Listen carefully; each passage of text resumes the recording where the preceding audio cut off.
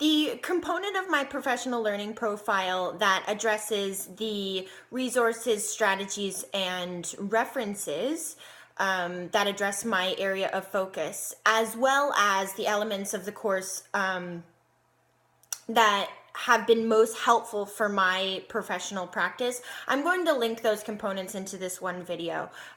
So basically, the elements that have made the most significant impact on my professional practice, and then I will link some the resources that I have addressing these most significant elements along with my project.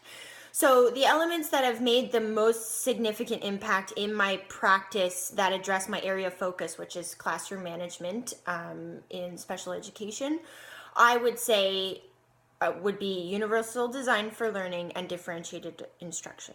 So recall that that my area of focus was classroom management, but that in my introduction I had mentioned how the classroom management piece, every single time I reflected on everything I learned, and when I was drawing from my colleagues' experiences on the discussion board, etc., it kept coming back to the same thing, and that was student engagement.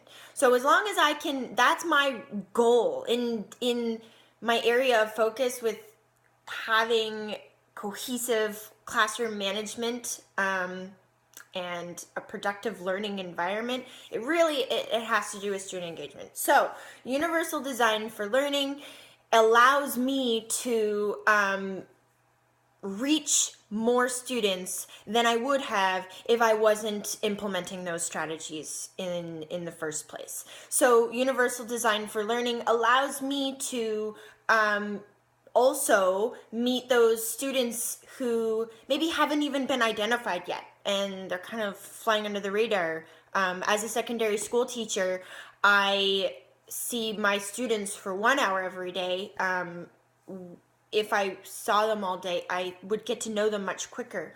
But when you meet over 100 students on day one, you're not going to know all of the needs of your students on day one, on the first day of school. So using strategies of universal design for learning allows me to reach those exceptional learners early on in the course. And as I get to know my students, I can tweak my strategies that I'm using, my universal design for learning strategies throughout my lesson planning. And then tweaking is more time effective than it is to implement something major when it's realized that it's needed. So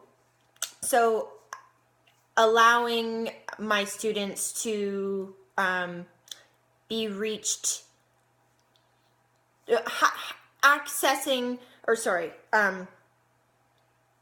having my students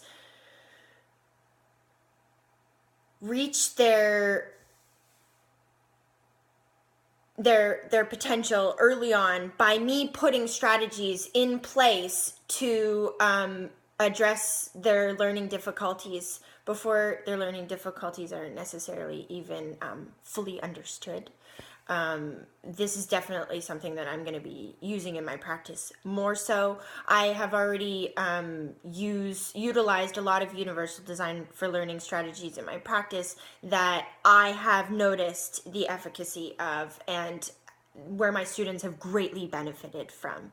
And it is true that a lot of the items that would help one or a couple exceptional learners, even if the students are not identified, even if they're not exceptional students that will ever be identified, I do think students, for the most part, a lot of them do benefit from some of the modifications that I've made to my lesson that address the needs of the exceptional students.